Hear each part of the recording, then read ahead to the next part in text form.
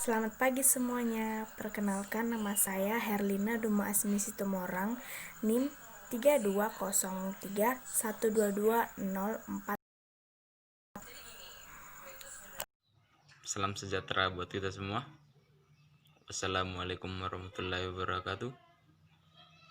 Perkenalkan, nama saya Ibu Friendly Turnip, NIM 3202422017 dari kelas reguler E 2020. Selanjutnya, upacara Maukal Holi dalam kebudayaan Batak Toba.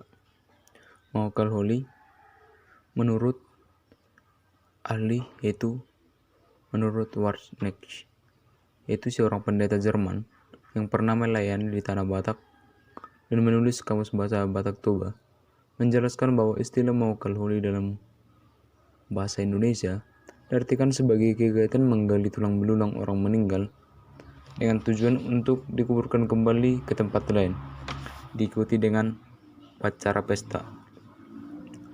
Tradisi ini berarti membongkar kembali tulang belulang dan menempatkannya ke tempat lain, yaitu sebuah tubuh. Biasanya tulang belulang yang telah disatukan dan kembali dikuburkan dalam sebuah tubuh kemudian akan dihias. Semakin indah dan mahal sebuah makam atau tubuh, maka semakin bergengsi status yang diraih. Asal-usul pelaksanaan upacara Maukal Holi. Bagi orang Batak, ada 3 hal yang menjadi falsafah dalam kehidupan, yaitu Hamoraun, yaitu kekayaan, yang kedua Hagabion, itu banyak keturunan, dan yang ketiga yaitu Hasangapon, yaitu kehormatan di masyarakat. Karena ketiga hal tersebut dipercaya dapat diberikan oleh nenek moyang, sehingga orang Batak sangat menghormati orang tua. Karena masyarakat Batak percaya berkat yang diberikan oleh nenek moyang akan menjadi sangat menentukan dalam hidupnya. Karena hal tersebut, suku Batak Toba mempercaya adanya kehidupan sesudah kematian. Dalam kepercayaan Batak Toba, nenek moyang ingin disembah dan dihormati. Jika hal tersebut dilaksanakan oleh keturunannya, maka nenek moyang akan memberikan berkatnya untuk keturunannya. Namun jika roh leluhur ini diabaikan, ia akan murka. Roh yang murka ini disebut dengan Mangot Natarimas. Jika roh leluhur nenek moyang atau leluhur masyarakat Batak murka, maka ia akan memberikan malapetaka untuk keturunannya, seperti hasil panen akan gagal, ternak, dan akan para keluarga akan mengalami jatuh sakit, dan berbagai penderitaan yang lain. Sebagai bentuk ketaatan untuk menyembah dan menghormati roh leluhur, maka seluruh keturunannya membuat pilihan atau persembahan dan kurban yang sesuai dengan permintaannya. Maka dari kepercayaan tadi yang menjadi asal-usul upacara Maukal Holi. Masyarakat Batak Toba mempercaya adanya kehidupan sesudah kematian.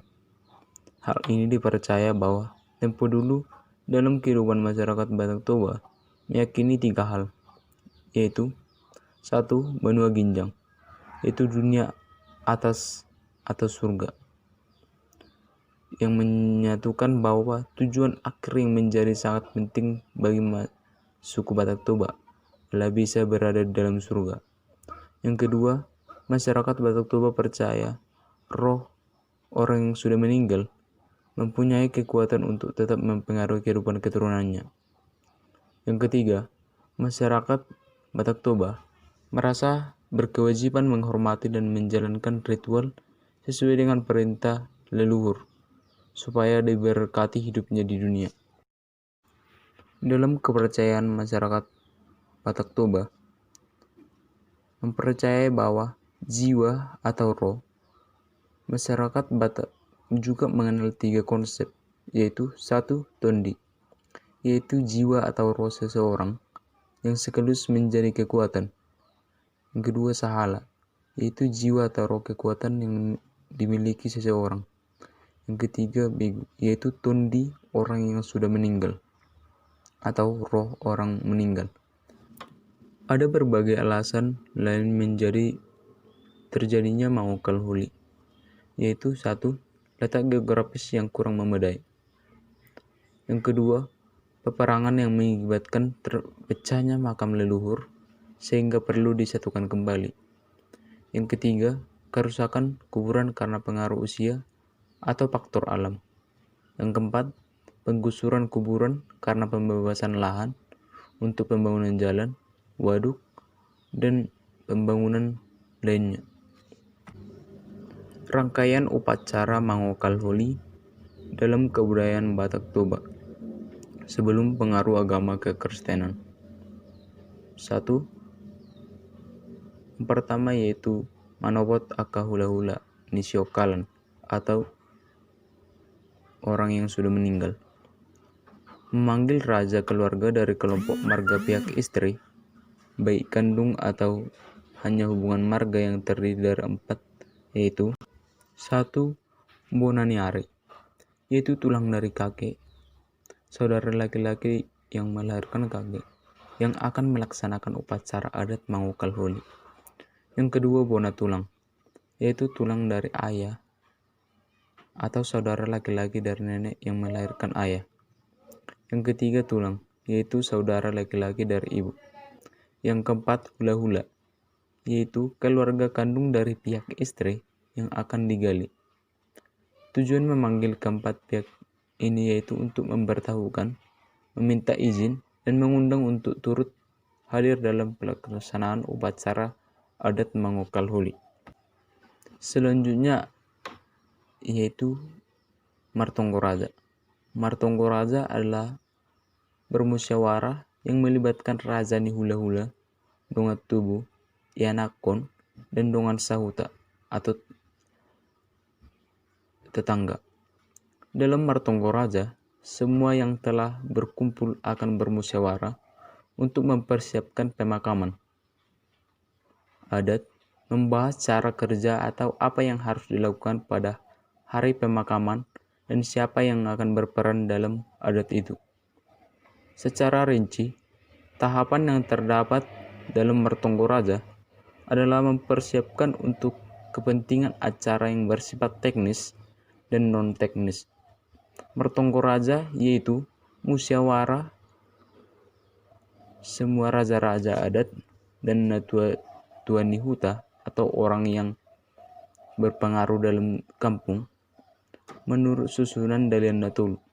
Dalian Natolu merupakan sistem kekerabatan yang sangat penting dan ditaati oleh masyarakat Batak Toba. Susunan Dalian Natolu dalam pelaksanaan upacara adat Mangokal Holi yaitu Nunga Tubuh dari Suhut, Hula-Hula dari pihak keluarga pemberi istri, dan Boru pihak keluarga penerima istri. Yang selanjutnya acara penggalian tulang belulang yaitu Mangokal Holi. Dan inilah sebagai inti dari upacara ini. Dan selanjutnya Matani Ulaun. Matani Ulaun yaitu inti dari pesta dari Mangokal Holi yang dilaksanakan dalam tahapan ini. Marga atau generasi yang melaksanakan pesta memenuhi seluruh kewajibannya sesuai adat. Dalam tahapan ini juga generasi yang dipestakan melakukan tortur sebagai tanda penghormatan kepada sahala atau roh leluhur dan pembagian jambar atau pembagian daging kepada kerabat. Dan selanjutnya cara selanjutnya yaitu menguburkan kembali. Setelah dilaksanakan pesta Matani Ulaun, tulang belulang yang sudah dipestakan dibawa ke tempat penguburan, yaitu dalam bahasa Batak disebut dengan tambak. Selanjutnya setelah dikubur lalu didoakan oleh keluarga dan kerabat agar para keturunan atau pihak keluarga mendapat berkat dan perlindungan dari nenek moyangnya. Ada juga rangkaian pelaksanaan upacara Mangokal Holi setelah pengaruh agama kekristenan. Martonggoraja masih tetap dilaksanakan, tetapi datu atau dukun tidak diundang lagi. Setelah raja-raja adat bermusyawarah, tortur yang dilakukan oleh para raja adat sambil martonggo kepada Opung Mulaja di Nabulun tidak diadakan lagi. Ritual ini diganti dengan dua seperti yang diajarkan dalam agama Kristen. Di pekuburan, siar tidak dijaga lagi atau orang kesurupan karena tidak sesuai dengan agama Kristen. Siar ini diganti dengan dua yang memohon kepada Tuhan yang Maha Kuasa sesuai dengan ajaran kekristenan, supaya ia memberi petunjuk tempat yang harus digali supaya jangan terlalu susah untuk mencarinya. Selanjutnya juga acara penggalian sambil mengandung atau menghujingjang. Mengandung artinya menangis dan menghujingnya yaitu manortor dengan hentakan kaki yang kuat. Tidak ada lagi. Kemudian tulang belulang tidak lagi dibawa ke kampung, tapi langsung dibawa ke tambak yang baru. Dengan demikian, acara menulangi atau memberikan makan sirih terhadap tulang belulang tersebut tidak ada lagi. Setelah selesai dilakukan acara penguburan kembali, gondang tetap masih dibunyikan. Tetapi tidak ada lagi pemujaan kepada Opung Mulaja Nabulun, dan selanjutnya tidak disertai lagi dengan kesurupan, yaitu dengan nama dalam bahasa Batak yaitu siar. Fungsi upacara mengokal holi dalam kebudayaan Batak Toba.